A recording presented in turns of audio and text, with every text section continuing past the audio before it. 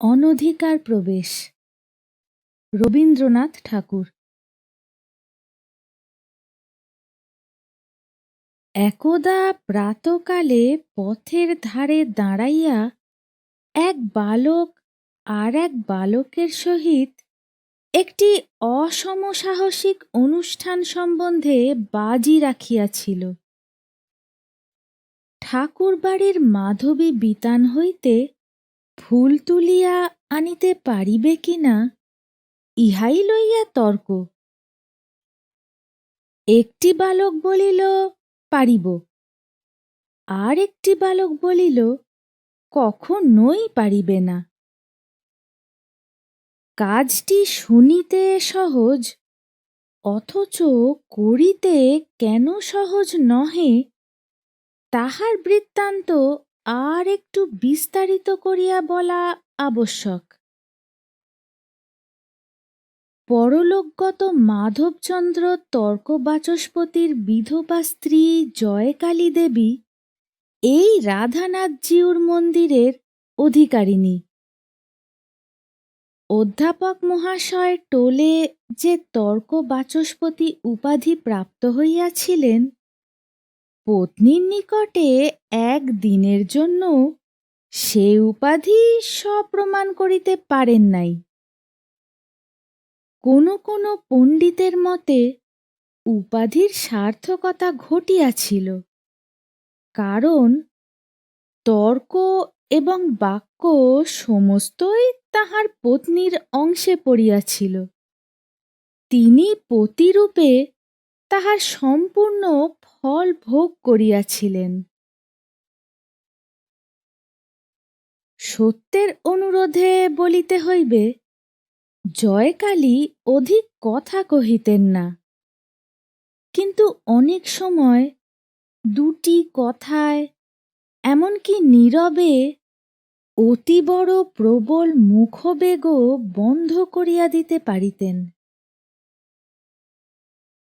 জয়কালী দীর্ঘাকার, দৃঢ় শরীর, তীক্ষ্ণ নাসা, প্রখর বুদ্ধি স্ত্রীলোক।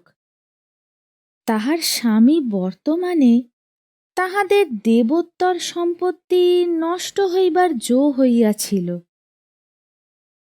বিধবা তাহার সমস্ত বাকি বকেয়া আদায়, সীমা সরহদ্দ স্থির এবং বহুকালের বেদখল উদ্ধার করিয়া সমস্ত পরিষ্কার করিয়াছিলেন।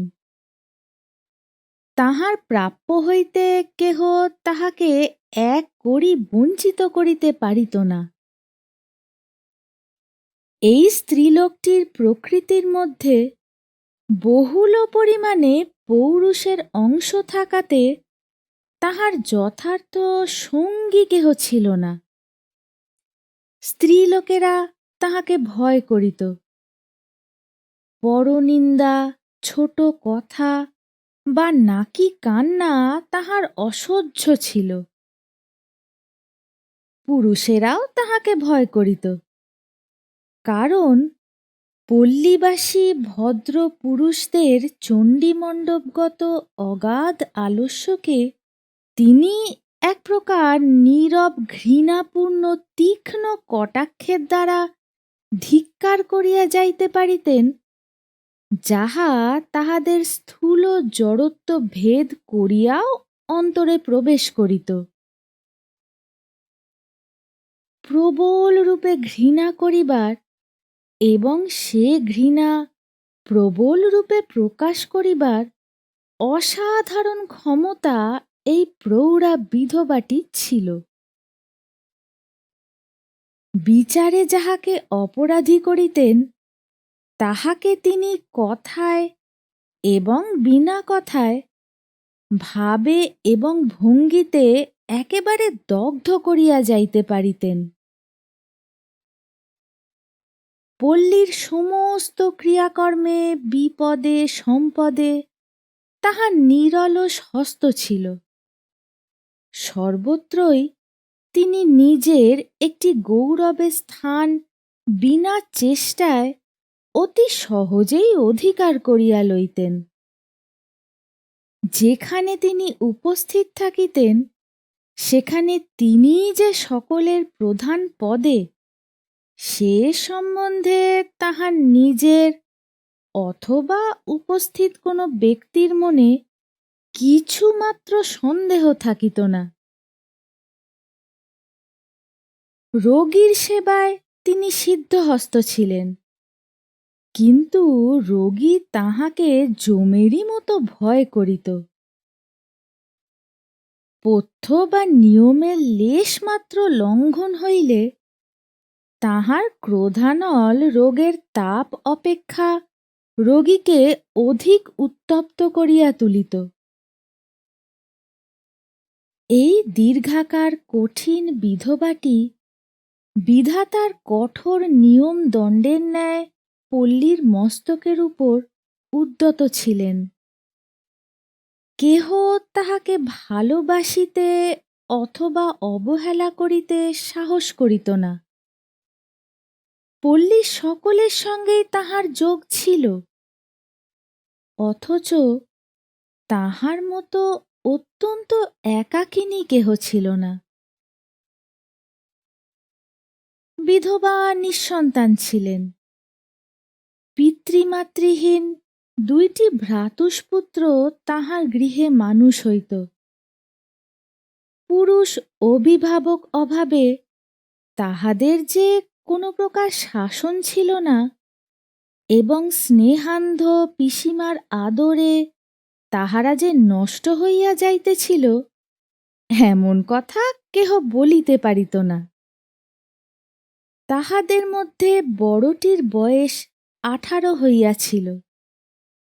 মাঝে মাঝে তাহার বিবাহের প্রস্তাবও আসিত এবং পরিণয় বন্ধন সম্বন্ধে বালকটির চিত্ত উদাসীন ছিল না, কিন্তু পিসিমা তাহার সেই সুখ বাসনায় একদিনের জন্য প্রশ্রয় দেন নাই।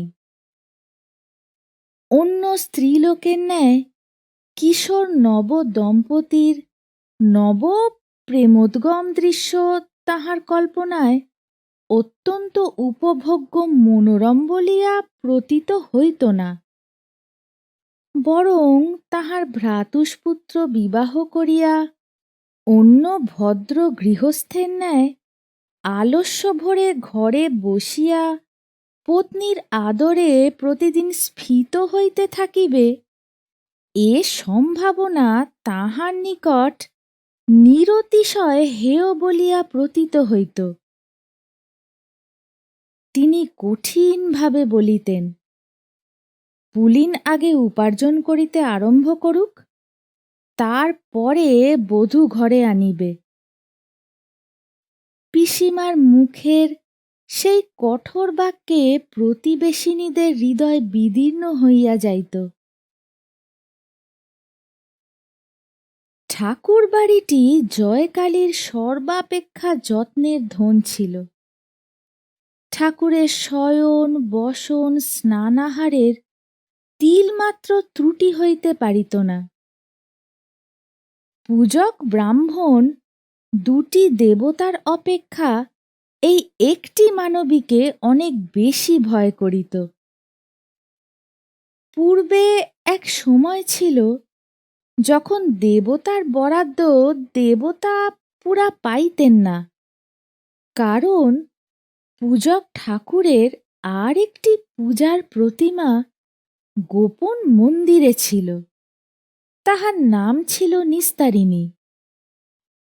গোপনে ঘৃত, দুগ্ধ, ছানা, ময়দার নৈবেদ্য স্বর্গে নরকে ভাগাভাগি হইয়া যাইত। কিন্তু আজকাল জয়কালীর শাসনে পূজার 16 আনা অংশই ঠাকুরের ভোগে আসিতেছে। উপদেবতাগণকে অন্যত্র জীবিকার অন্য উপায় অন্বেষণ করিতে হইয়াছে। বিধবার যত্নে ঠাকুর বাড়ির প্রাঙ্গণটি পরিষ্কার তকতক করিতেছে, কোথাও একটি তৃণমাত্র নাই। এক পার্শ্বে মঞ্চ অবলম্বন করিয়া মাধবীলতা উঠিয়াছে।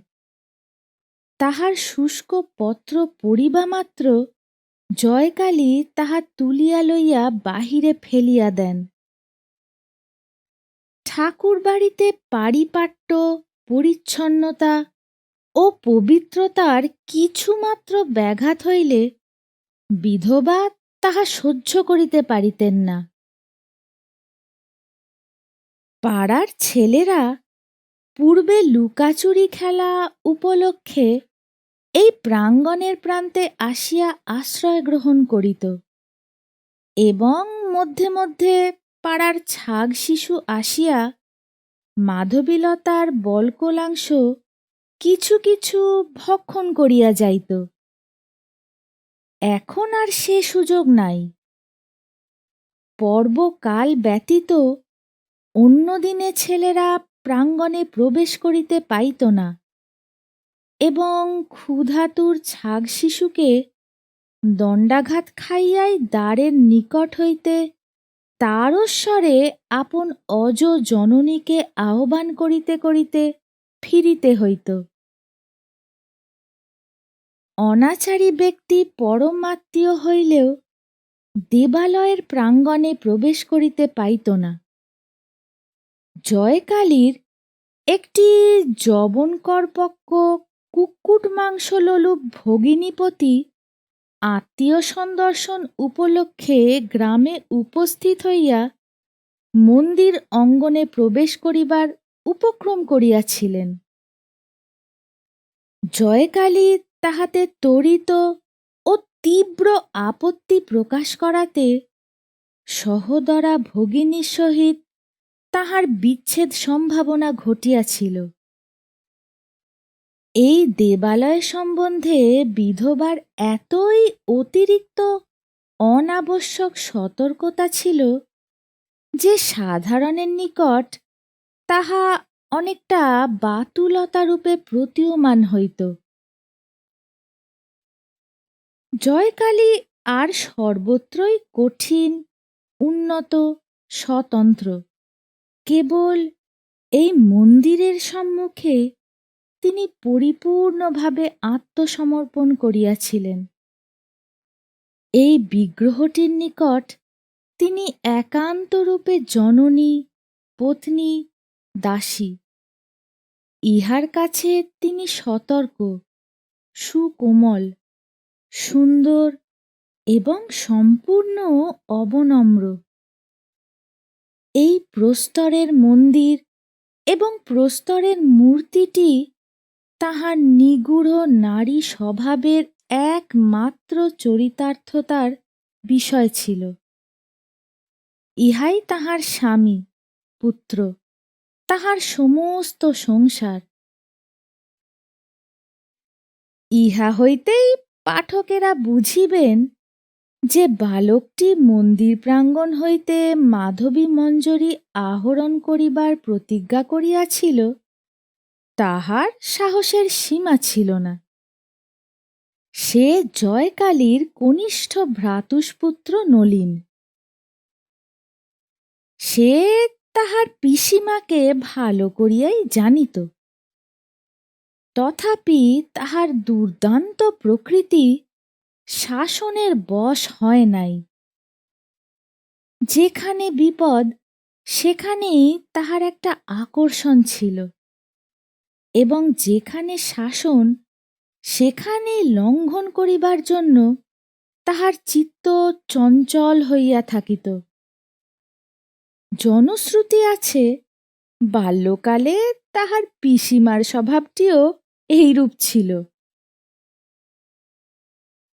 জয়কালী তখন মাতৃস্নেহ মিশ্রিত ভক্তির সহিত ঠাকুরের দিকে দৃষ্টি নিবদ্ধ করিয়া দালানে বসিয়া এক মনে মালা জপিতেছিলেন। বালকটি নিঃশব্দপদে পশ্চাৎ হইতে আসিয়া মাধবীতলায় দাঁড়াইল। দেখিল নিম্ন শাখার ফুলগুলি পূজার জন্য নিঃশেষিত হইয়াছে। তখন অতি ধীরে ধীরে সাবধানে মঞ্চে আরোহণ করিল। উচ্চ শাখায় দুটি একটি বিকচনমুখ কুঁড়ি দেখিয়া যেমন সে শরীর এবং বাহু প্রসারিত করিয়া তুলিতে যাইবে, অমনি সেই প্রবল চেষ্টার ভারে জীর্ণ মঞ্চ সশব্দে ভাঙিয়া পড়িল।